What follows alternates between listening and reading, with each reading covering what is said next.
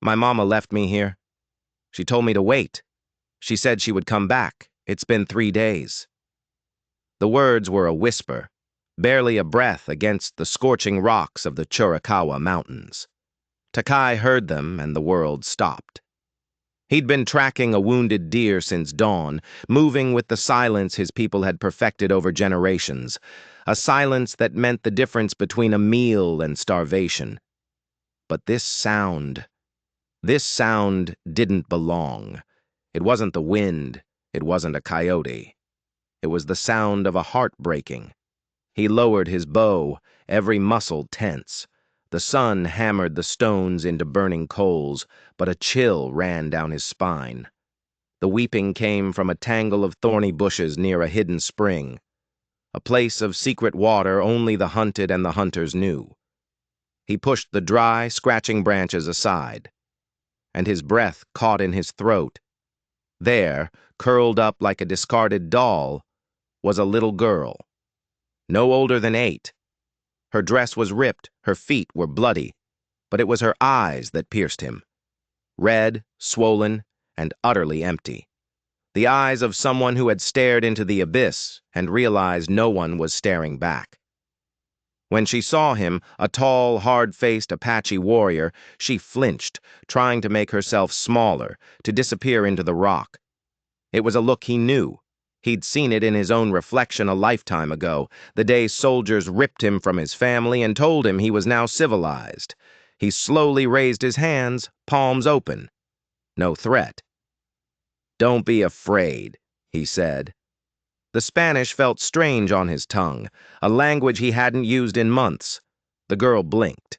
Her cracked lips parted, but no sound came out. She clutched a filthy rag doll to her chest, a pathetic stitched-together thing that someone, somewhere, had made with love. Love that was now gone. Takai moved with agonizing slowness. He reached into his leather satchel and pulled out a canteen. The water was warm, but it was water. He held it out. For a long moment, she just stared. Fear wrestled with thirst in those haunted eyes. Thirst won.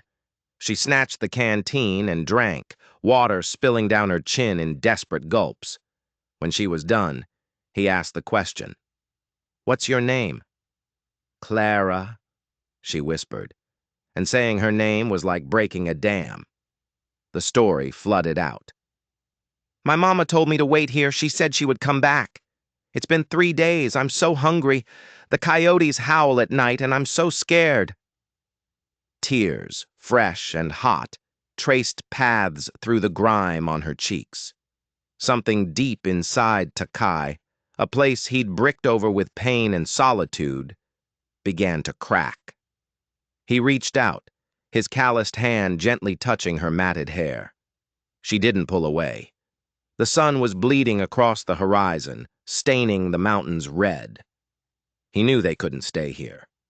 The desert night had teeth, but taking her with him was a death sentence of a different kind. A lone Apache with a Mexican child? That was a story that ended with questions, and questions led to guns. He was a ghost, a man who survived by being invisible. This girl was a beacon. He looked into her eyes again. Fear, yes, but underneath it, a tiny, stubborn flicker of hope. A hope that was aimed directly at him. He saw his own lost childhood in that gaze. He remembered the exact moment he understood no one was coming to save him. He couldn't let her feel that, not while he was still breathing. "Come," he said, his voice rough. He held out his hand. "I know a safe place." Clara hesitated for only a heartbeat. Then her small, frail hand slipped into his. Her fingers wrapped around his with the desperate strength of the drowning. As they walked, he noticed her limp, the raw state of her feet. Without a word, he stopped, swept her into his arms.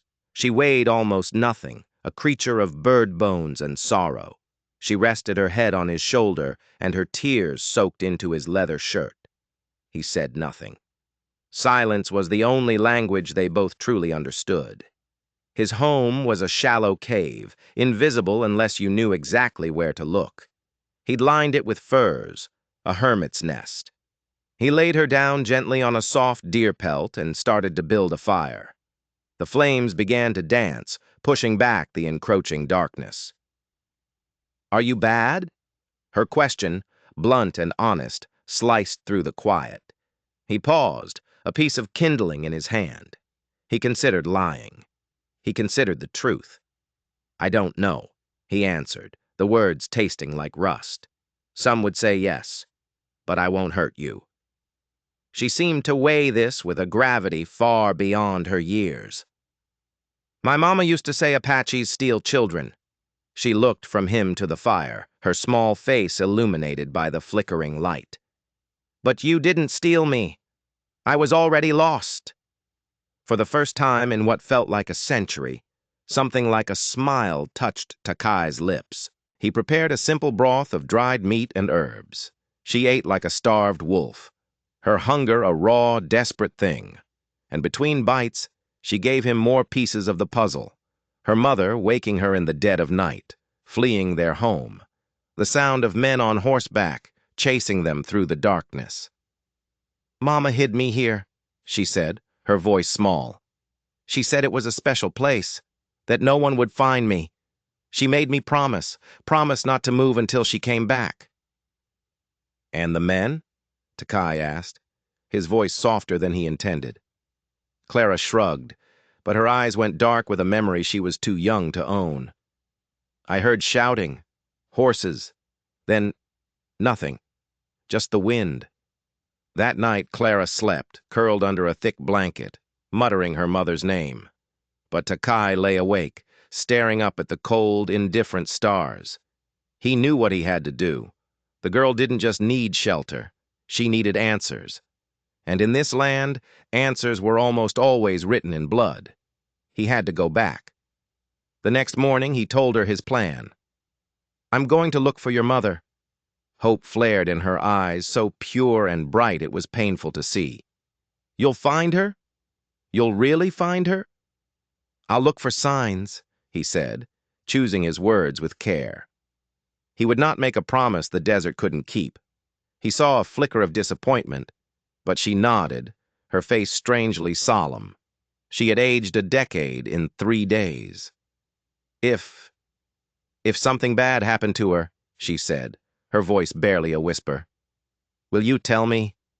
I don't like being lied to." The maturity of the question staggered him. This was no ordinary child. "I will tell you the truth," he promised, and the weight of that promise settled on him like a shroud. He left her with water and strict instructions to stay hidden. He taught her a whistle, the sharp call of a kestrel, a signal that it was him returning, not something else. Then he melted back into the wilderness. The trail wasn't hard to find for a man who could read the land like a book. A woman's footprints, running, stumbling, broken branches, small dark drops on the rocks that could only be one thing. The trail led down, away from the mountains, toward the dusty road used by traders and worse. As he got closer, the signs turned ugly. The deep tracks of heavy horses, the boot prints of men who wore spurs. And then he found it. In a small clearing, a torn scrap of fabric from a dress the same color as Clara's. Dark stains on the ground that the sun hadn't yet baked away. He knelt, his eyes scanning every detail. The struggle had been brief, violent. At least 4 men. They had dragged something, someone, toward the road. There was no sign the woman had walked away. And near a fallen log, something that made his blood run cold. A small, crudely carved piece of wood, the kind used to mark a claim or a debt.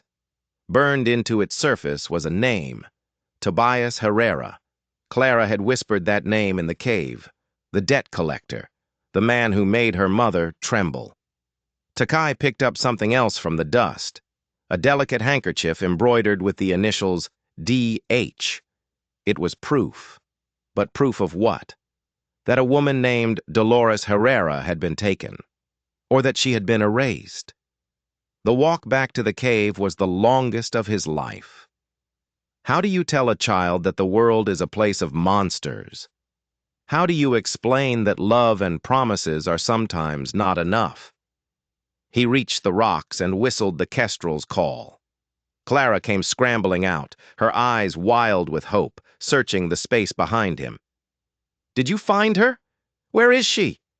Takai knelt, his body aching with a weariness that had nothing to do with the long walk.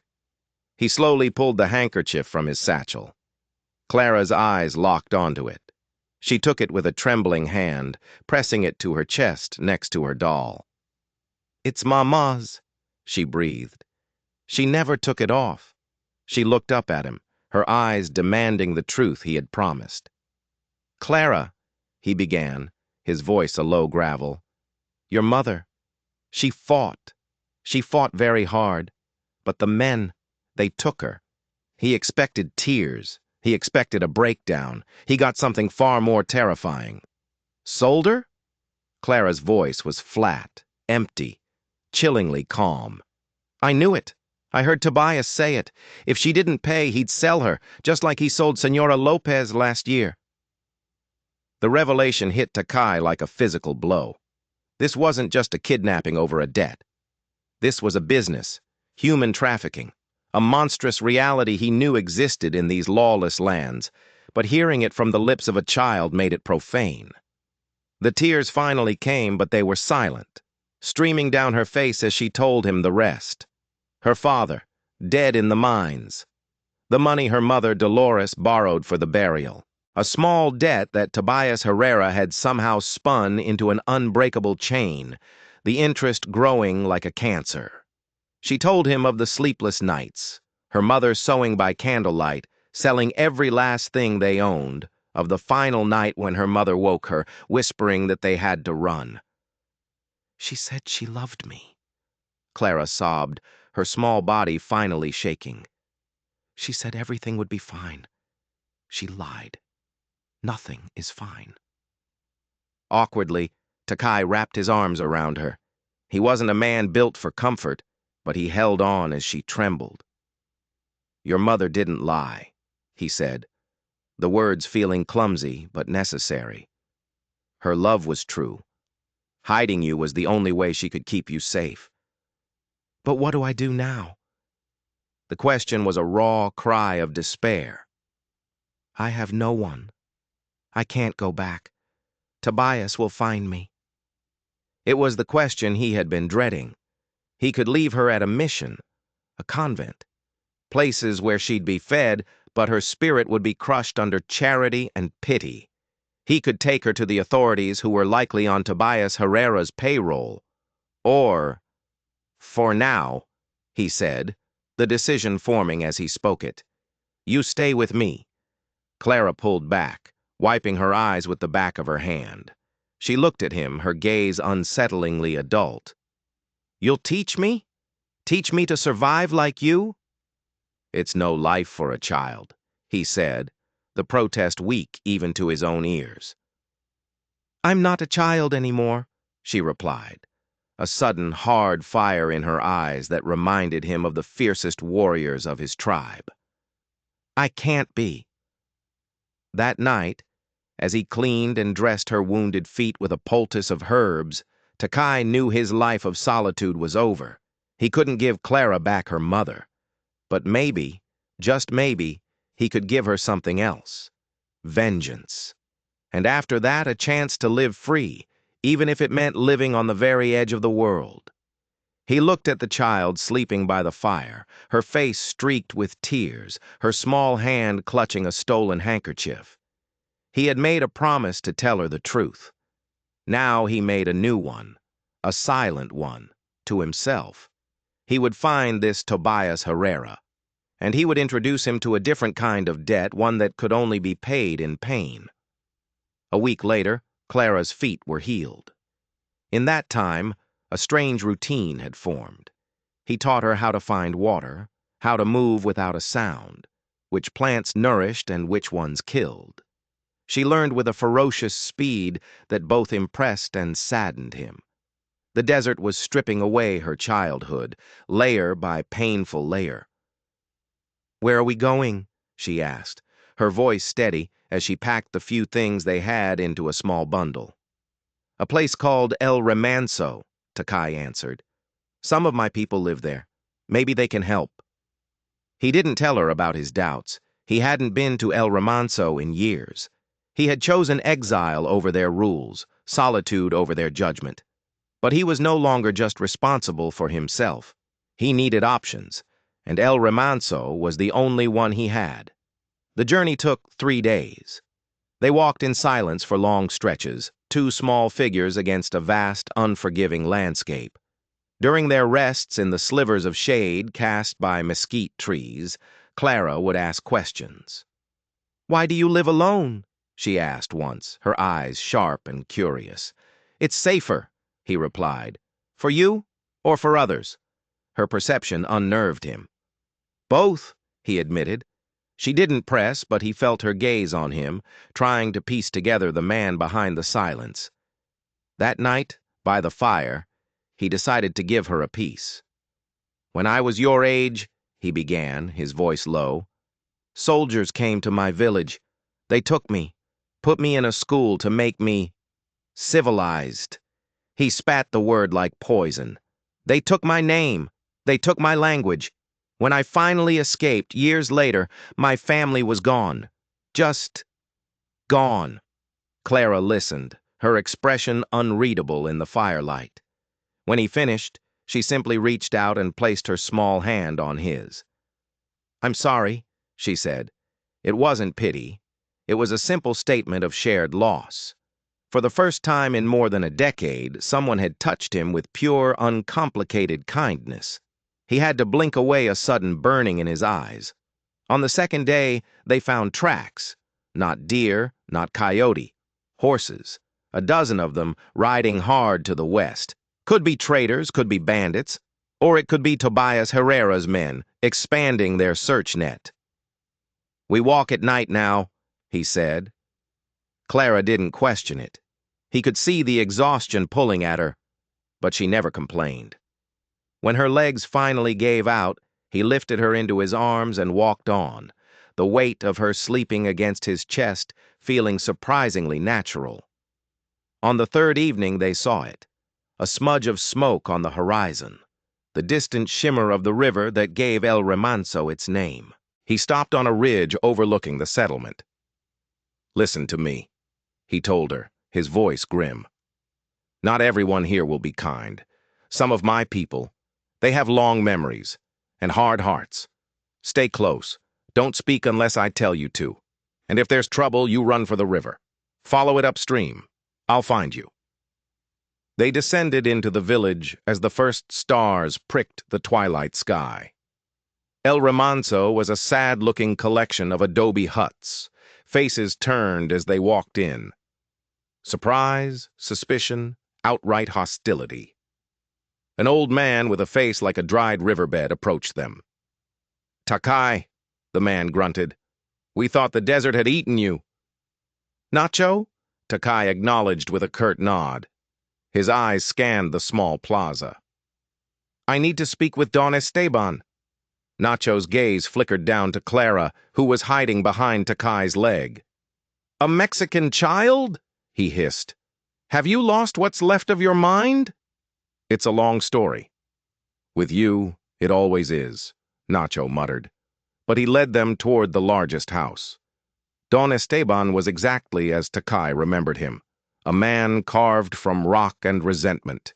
He sat on his porch, flanked by other elders, his eyes cold and unforgiving. "Takai, the lone wolf," he said, his voice flat. "What trouble do you bring to my doorstep now? And what is that?" He gestured toward Clara with contempt. Takai kept his voice level, explaining only the essentials, the abandoned child, the men who took her mother, the name Tobias Herrera, the need for temporary sanctuary. Don Esteban listened, his expression turning from stone to ice. "So, a woman who owed money to a Mexican debt collector lost her child," he said when Takai finished. "And you expect us to take her in, to bring the filth of their world into ours?" "She's a child," Takai repeated, his hands balling into fists. "No Mexican is innocent," another man spat. "They stole our lands, killed our people, And now you want us to raise their spawn? Clara was trembling. Takai put a protective hand on her shoulder. I'm not asking you to raise her, just for shelter. A few days. No. Don Esteban stood up, his authority absolute. Take her back to the road. She is not our problem. But before Takai could respond, a soft voice cut through the tension. Since when do the Apache turn away a child in need? An old woman stepped from the shadows of the porch. Her face was a web of wrinkles, but her eyes were sharp and clear. Tomasa, Don Esteban warned, this is the business of men. She ignored him, her gaze fixed on Clara. She knelt down, her movements slow and deliberate. What is your name, little one? She asked, her voice gentle. Clara, the girl whispered. And your mother? Dolores Herrera. Tomasa's expression shifted. Recognition dawned in her eyes. Dolores, the seamstress, from near the dry creek? Clara nodded eagerly. I knew her. Years ago. She mended a dress for my daughter, a good woman, an honest woman. Tomasa stood and turned her piercing gaze on Don Esteban. Her only crime was being poor and trusting the wrong men. That changes nothing, Don Esteban snapped, though a flicker of uncertainty crossed his face. It changes everything, Tomasa countered. She pulled a small bundle of food from her shawl and pressed it into Clara's hands. Then she gave Takai a warm blanket. As he took it, she leaned in close, her voice a rapid whisper. 2 days ago, riders came through asking about a woman and a child. They mentioned a place, Las Cruces. They were headed there. If you want to find her mother, that's where you should look. But be careful. They described a man who helps them. A lawman. The warning hung in the air. The corruption went all the way up. They left El Romanzo under the hateful glares of the men, the small kindness of one old woman a flickering candle in a vast darkness. When they were back in the safety of the wilderness, Clara finally spoke. Why do they hate me so much? Takai looked at the small girl, her face pale in the moonlight, and he honored his promise. He gave her the truth. Hate is easier than understanding, Clara. Our peoples have been at war for a long time. Everyone has their reasons. Everyone has their wounds. But you don't hate me. It wasn't a question. No. Why? He stopped walking and knelt in front of her. Because when I look at you, I don't see a Mexican. I don't see an enemy. I see a scared little girl who needed help, just like I did once. She absorbed this in silence. Then she looked up at him, her eyes shining with a devastating new hope. So, are we going to Las Cruces? Are we going to get my mama? Takai looked at the path ahead, a dark, uncertain road leading to a town known for its violence and corruption. He thought of the riders, the corrupt lawman, the sheer power of a man like Tobias Herrera. It was madness. It was suicide. Yes, he said, the word sealing their fate. We're going to Las Cruces. The journey to Las Cruces required more than just walking. It required a transformation. Clara could no longer be Clara. Takai could no longer be Takai. They had to become ghosts of a different kind. From now on, he told her as they ate a cold breakfast of dried meat and berries, your name is Maria. I am your uncle, Juan Morales. Your parents died of a fever. We're going to Las Cruces to find work. Clara nodded, her young face serious. She understood. Survival was a mask. And you? She asked. Who are you? I am Juan, he repeated.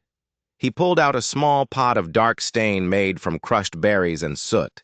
He began to apply it to his face, softening the sharp, angular features of his Apache heritage, darkening his skin to the hue of a mestizo farmer. Does it hurt? She asked, watching him. To pretend to be someone else? At first, he admitted, his voice low. But you learn that sometimes, to stay alive, you have to wear a different skin. The real pain comes if you forget who you are underneath. By midday, They reached a tiny, dusty settlement that smelled of cheap tequila and desperation. Takai knew the man who ran the general store, a one-eyed cynic named Joaquin, who had learned long ago that it was more profitable to trade in secrets than in flour. The store was dim and quiet.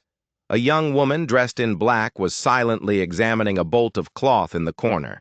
Joaquin's single eye sized them up as Takai laid a few coins on the counter. "Clothes for the girl," Takai said, his voice rougher, less precise than his own. Joaquin scooped up the coins. "And information?" he asked, his voice a dry rasp. "What kind of information does a poor farmer from Sonora need?" "Tobias Herrera." The name dropped into the silence of the store like a stone down a well. The woman in black froze. A muscle in Joaquin's jaw twitched. He leaned forward, his voice dropping to a conspiratorial whisper. "That name is a ghost story parents tell their children, amigo. You don't say it out loud." "That ghost stole this girl's mother," Takai said, his voice flat. Joaquin's eye flicked to Clara. He let out a long, weary sigh. "He has a hacienda, south of Las Cruces. They call it the House of Tears, but never to his face. He takes the women there, to be processed." The woman in black drifted closer. Her face was young, but her eyes were ancient with grief. "He took my sister," she said, her voice hollow, 2 months ago, for a debt of 300 pesos. Clara, ignoring Takai's warning glance, stepped forward. "What was her name?" "Esperanza," the woman whispered, her hand going to a small cross at her neck. "She was 16. In a gesture of pure, unthinking empathy, Clara reached out and took the woman's hand. "My mama's name is Dolores. He took her too." The woman, whose name was Carmen, looked from the child to Takai, a fire igniting in her grief-stricken eyes. "If you go after him, if you try to get them back, find me. I live behind the old church in Las Cruces. There are others like me, others who have had enough of being afraid." They left the store with a drab gray dress for Clara and the heavy weight of a new, fragile alliance. As they walked, Takai helped her change behind a cluster of rocks. "Why is everyone so afraid of him?" Clara asked.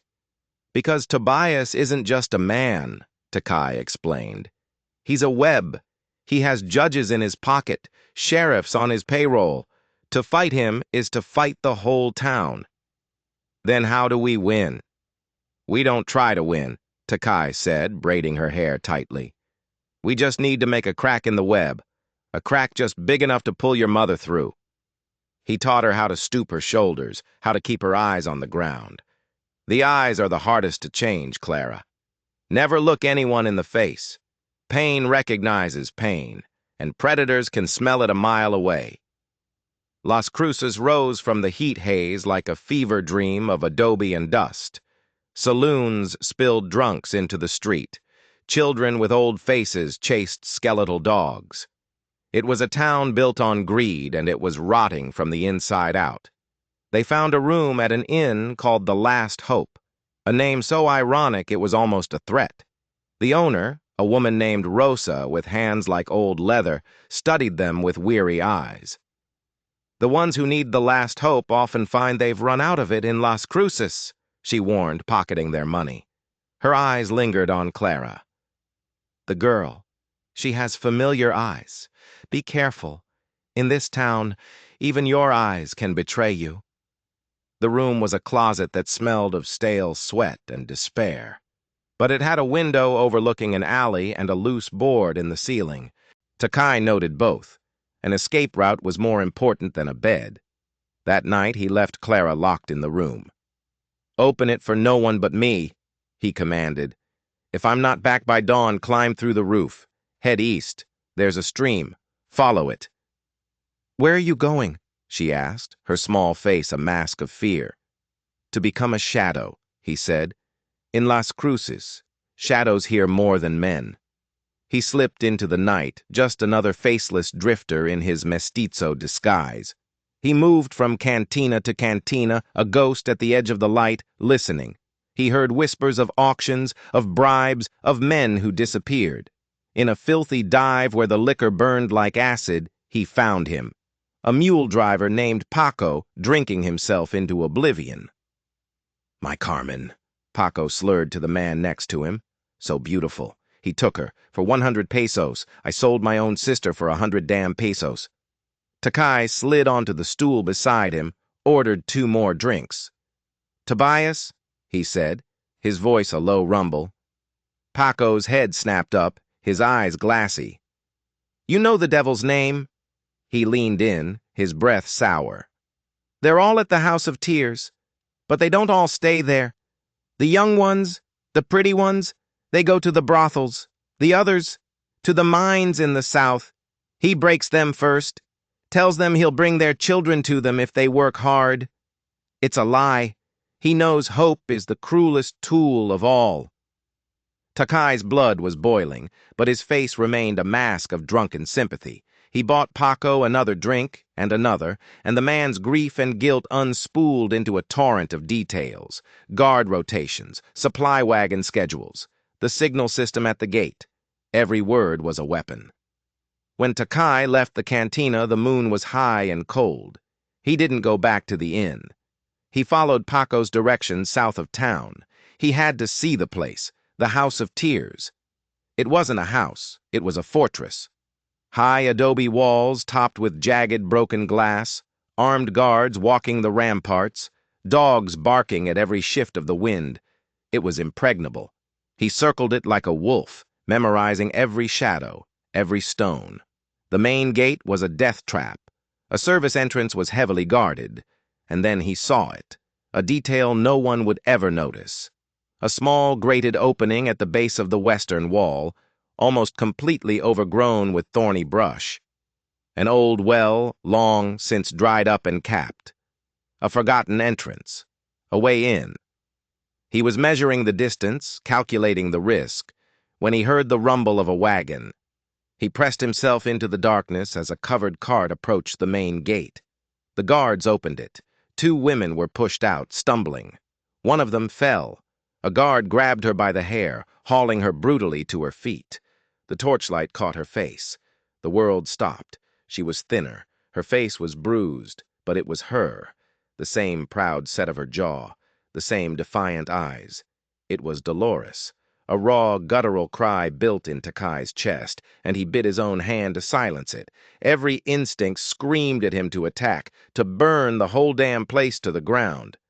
But that was suicide, and a dead man couldn't save anyone. He watched, helpless and shaking with rage, as they dragged Clara's mother inside the gates of hell. He burned the faces of the guards into his memory. Revenge could wait. Justice had to be patient. Justice had to be cold. He walked back to the inn through a red haze of fury. When he slipped back into the room, dawn was breaking. Clara was sitting on the bed, wide awake, her rag doll clutched in her hands. She hadn't slept. She looked at his face, and she knew. "You saw her," she whispered. "Yes." His voice was hoarse. "She's alive, hurt, but alive." Clara didn't sob. The sound she made was worse, a low, wounded cry that came from the deepest part of her soul. Takai sat on the edge of the bed, a universe of space between them, and simply bore witness to her pain. Is she strong?" Clara asked after a long time. "She held her head high," Takai said, the image burned behind his eyes. "Your mother is a fighter, Clara." Clara looked at him, her tear-filled eyes reflecting the first light of a day that promised no mercy. "Then we have to fight too," she said. "We need help." The days that followed were a blur of careful, dangerous work. Takai became a fixture in the cantinas, a quiet man who drank alone, listening. He was mapping the entire operation in his head. Meanwhile, Clara discovered she had a superpower. No one paid attention to a sad-eyed little girl. The women in the market, the laundresses by the river, they spoke freely around her. "The tamale lady," Clara reported one afternoon, her voice a low monotone. Her niece used to work in the kitchens at the House of Tears. She said they keep the new women in the cellar, in the dark, no food for 3 days, to break their spirit. Each piece of information was a stone, and Takai was building a bridge. He learned about the Tuesday supply runs, the Saturday cockfights when half the guards were drunk and distracted. He was seeing the cracks in the web. The final piece of the puzzle came from Carmen.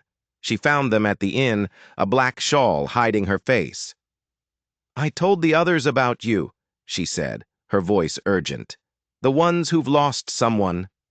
We're meeting tonight, in the basement of the old church. If you're real, be there." The church was a skeleton against the night sky. In the damp, musty basement, 8 people waited by candlelight. Their faces were a portrait of loss. A mule driver named Miguel, whose sister had been taken 6 months ago, was their unofficial leader. His eyes, hard and full of hate, landed on Takai. "An Apache?" he sneered. "Carmen, is this a joke? He's one of them, the savages who raided our towns." "He lost his family too," Carmen shot back. "And he's seen the House of Tears from the inside out." The argument exploded. Some wanted to ride in with guns blazing. Others wanted to go to the federales, a naive hope that Takai knew was a death sentence. He waited until they had shouted themselves hoarse. "I've scouted the hacienda," he said, his voice cutting through the silence. "I know their routines, I know their weak points. I know a way in, but I can only get a few people out without raising an alarm." "And the rest?" a woman named Luce demanded, her voice cracking. "My little girl? Does she stay behind while you save your own?" The question hung in the air, heavy and poisoned, but before Takai could answer, a small voice came from the shadows by the stairs. "My mama wouldn't want to be saved if it meant leaving others." It was Clara. She had followed him. She stepped into the candlelight, her small face resolute. "You get them all out, or you get none of us." The room went silent. Every eye was on the child who had just spoken with the authority of a queen. Finally, Miguel broke the silence. He looked at Clara, and something in his hard face softened. "The girl is right," he said, his voice thick with emotion. "We do this right, or we all die trying." The plan they hatched that night was audacious, desperate, and beautiful. They would use the Saturday cockfight for cover. One team, led by Takai, would go in through the old well. A second, led by Miguel, would create a massive diversion at the main gate. A third, led by Carmen, would wait with stolen horses in a grove of cottonwoods a mile away.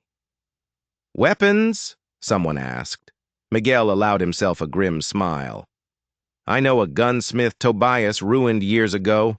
He hates him more than we do. He'll give us what we need." As the plan took shape, Takai looked at the faces around him. They weren't warriors. They were farmers and washerwomen, but he saw in their eyes the most dangerous weapon of all. They had nothing left to lose. "One more thing," Takai said as they prepared to leave. "The girl is not to be there." "No!" Clara protested instantly. "I promised to get your mother," Takai said, his voice firm as he turned to the others. "Not to get you killed. We need someone with the horses. Someone small who won't be noticed, but someone smart enough to run if it all goes wrong." Carmen put a gentle hand on Clara's shoulder. "He's right, little one. It's the most important job. If the horses aren't there when they come out, it's all for nothing."